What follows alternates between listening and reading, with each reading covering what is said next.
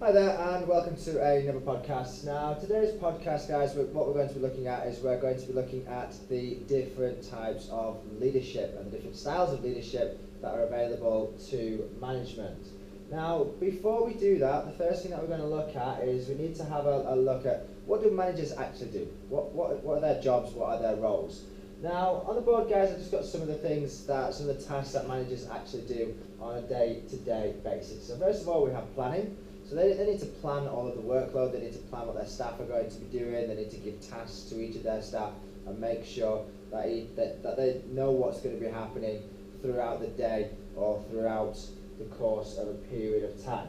They need to organise, so they need to be able to organise the workloads, and they need to be able to organise their workers and their staff, make sure that everybody has a job to do, everybody's on task, everybody knows what they're doing, everybody's being efficient and actually working together to meet the objectives of the organisation. Like I said, bringing all the resources together, everything that the business needs in order to be able to do its particular job. They also need to be able to coordinate between the different workers, different departments, maybe it's between suppliers, so they need to be able to coordinate and make sure everybody knows what they're doing and bring everything together. Obviously they need to be able to command and guide staff, because the managers they're the more experienced, they've been in the business longer, they should have more knowledge than the workers, so they need to be able to command, they need to be able to delegate and give tasks and responsibility to their staff and guide them to make sure everybody knows what they're doing, make sure everybody has the correct tasks and the relevant knowledge in order to be able to do the tasks properly. And they need to be able to control their workers and make sure everybody's doing what they should be doing. The other thing with control, I would also say they need to be able to discipline staff as well. So if staff aren't doing what they should be doing, if staff aren't doing the jobs properly, or if staff aren't doing what they should be doing, or they're doing something incorrect, then they need to be able to talk to their staff and make sure that the staff are all doing what they need to be able to do. And if that doesn't work, then they need to be able to discipline their workers as well.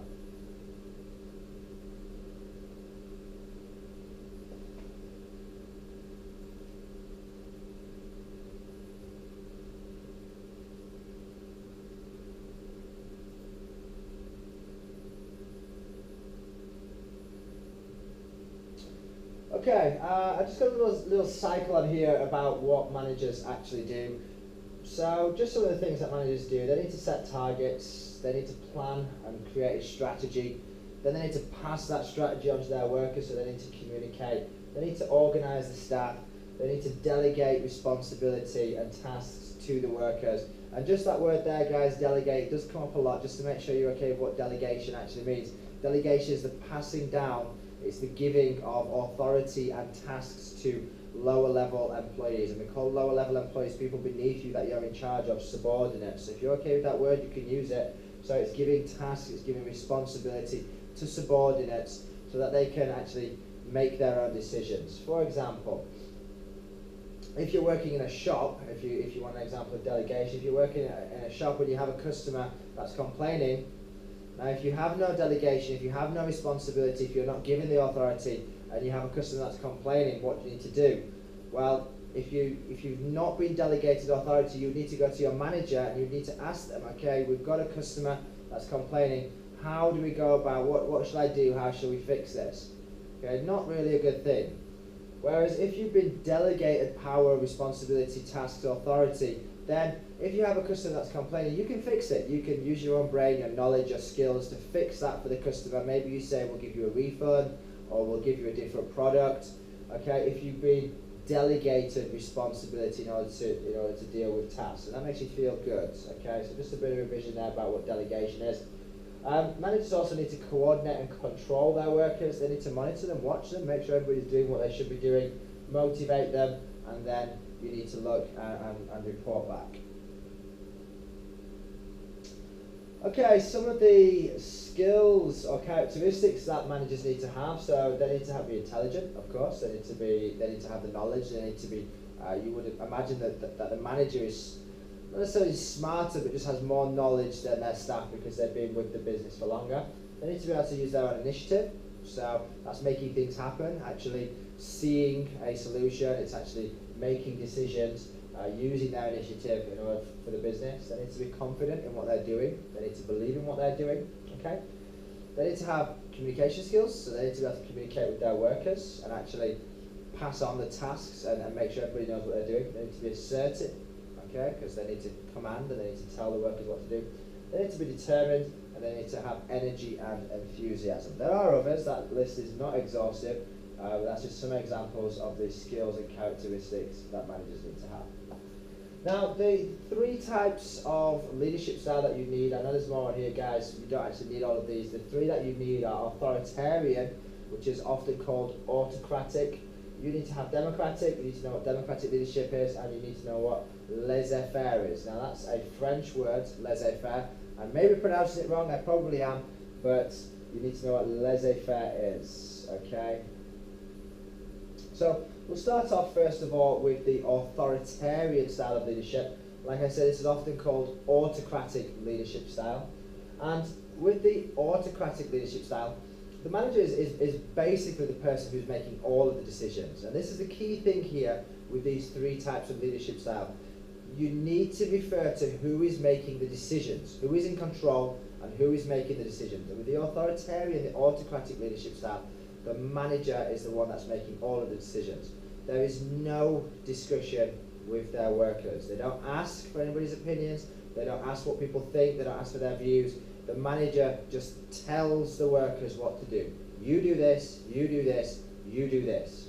Okay? For example, if you're making a website and you have some web developers, you would say, okay, I want you to make it look like this, exactly like this, and I want it to have these features, and I want it to have this many drop-down menus, and I want it to have a checkout feature where customers can buy products. You do not ask anybody what they think. You just tell each individual worker exactly what it is that you want them to do. This is the key thing to remember, guys, there's no discussion. The manager makes all of the decisions. Now, you need to be aware of what the advantages and disadvantages are of this type of leadership style. So with the autocratic leadership style, tasks are precisely defined. The manager is telling each of the workers exactly what he or she wants them to do. So everybody knows what they're doing. So workers know exactly what they should be doing. And the key thing here, it speeds up decision making. We don't waste any time talking. We don't waste any time discussing. It's just do this, do this, do this. Okay? And the workers get on with the task. So the manager is fully in control. The manager is fully in charge. However, there are some drawbacks there. So the drawbacks on here, the workers are not thinking for themselves. The workers are not giving their ideas. The workers are not getting involved in the decision-making process. So we have less ideas because there's only one manager, and the manager's not asking the workers what they think. And that can be very demotivated because the workers aren't forwarding their views. Yeah, they're not giving their opinions. They're not respected in their ideas. They're not contributing anything, and that can make workers feel quite demotivated. If you think back to when we did motivation and self-actualization, what was self-actualization? It's about having responsibility, delegation, empowerment, trust, creativity. Well, there's none of that here because who's got all the responsibility? Who's making the creativity and the decisions? It's the manager. Okay, so this is very demotivating for the workers, just being told what to do all of the time. Okay, and we have less creativity, less ideas as well because the workers aren't forwarding their views. Okay, so just remember, autocratic, the manager's making all of the decisions. In the middle, between the 3 types of leadership style, we have autocratic at this end, laissez-faire over here. We have democratic right in the middle. Now with democratic style of leadership, the manager and the workers are discussing. We have discussion. Okay? So the manager is saying to the workers, okay, how do you think we should do this? What are your ideas? How do you think we should go about doing this? What are your views on this? So the manager is asking all of the workers what they think. If we go back to the web design, it might be asking the workers how they think we should make the website look, what kind of designs, what kind of features do we think the website should have? How should we make the shopping cart look? How many pages should it have? What kind of products to include? So you're asking the workers, what do you think? What do you think? Getting their ideas. Okay? But with democratic, the manager has the final say. So the manager still makes the overall choice, but the manager's asking the workers what they think. So the decision making is shared between the manager and the workers. Okay? So sorry guys, I'm on the wrong slide here. So with democratic, the workers and the managers share the decision making process. So the advantages here, you have all the workers involved in the decision-making process. That means we've got more ideas. Okay? You ever heard of the saying, 2 brains are better than 1? Yeah, 2 brains, we've got more ideas. Well, if you've got 10 workers all creating this website, you're going to have more ideas. So you might be able to improve the website because you've got more ideas. I like that idea, and I'm going to choose that idea. Not quite sure on that idea, but I love these ideas here. So you have more ideas coming into the business. Workers will be more committed.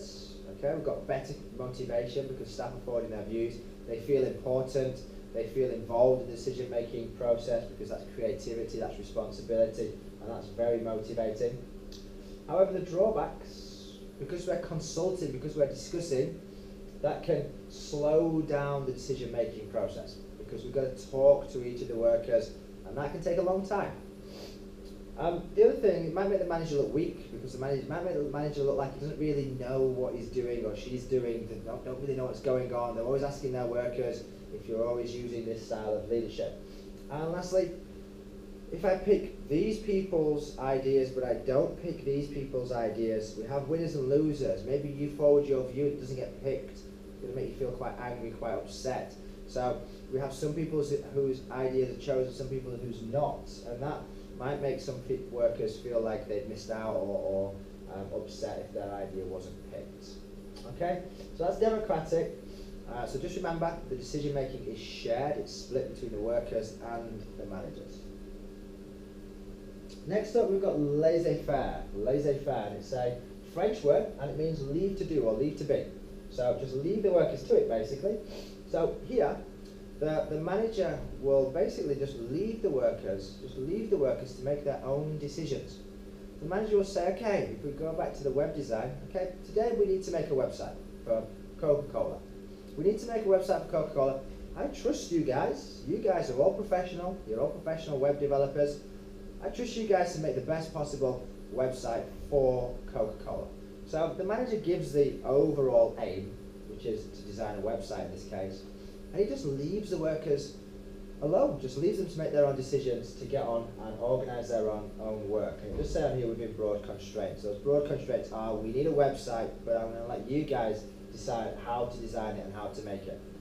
Now, the benefits of this, because you're allowing the workers to be creative, to have responsibility, to have empowerment, that's all of the things at the top of Maslow's pyramid, which is what we call self-actualization. So it can be very, very motivating for the staff, and it allows the staff to be creative, it allows more ideas to flow in the business, it allows them to put forward their views, their opinions, and use their own skills, which is very, very motivating to staff.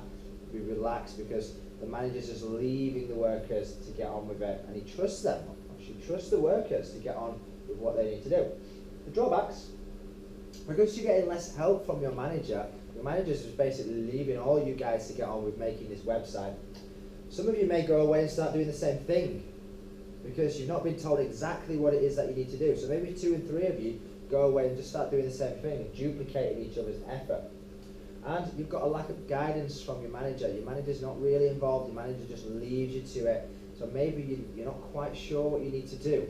So you've got a lack of guidance and help from your manager. And lastly, some workers, unfortunately, it's just human nature.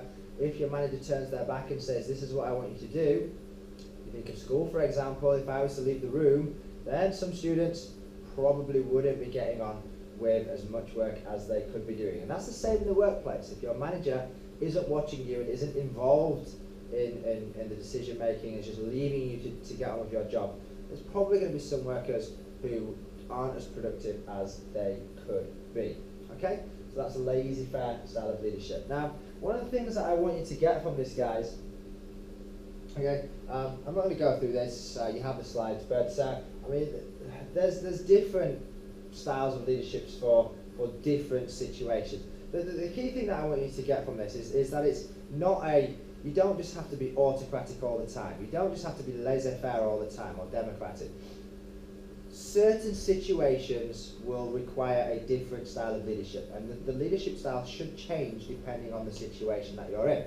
For example, if you're in a rush, if you have a client who needs something doing very, very quickly for you, then it's probably not a good idea to be sitting down discussing. Autocratic would be better in that situation. I want you to do this, this, this, because we need speedy, quick, fast decision making. Okay? If you want your workers to be creative and come up with ideas, maybe it's new designs for a new customer, maybe you design a new leaflet and you want your workers to be creative, then a more democratic or laissez-faire style of leadership would be more appropriate. So your style should change. You may tend to use one style more than another, but you should be flexible. Your style should change depending on the situation. Just one last thing as well before I finish, guys. The style of leadership will depend on the workers that you have and the type of business that you're in. If you have skilled workers, like graphic designers, teachers, professional people, then you can have more of a laissez-faire, hands-off style approach where you trust your workers and you allow them to be creative and you allow them to use their skills.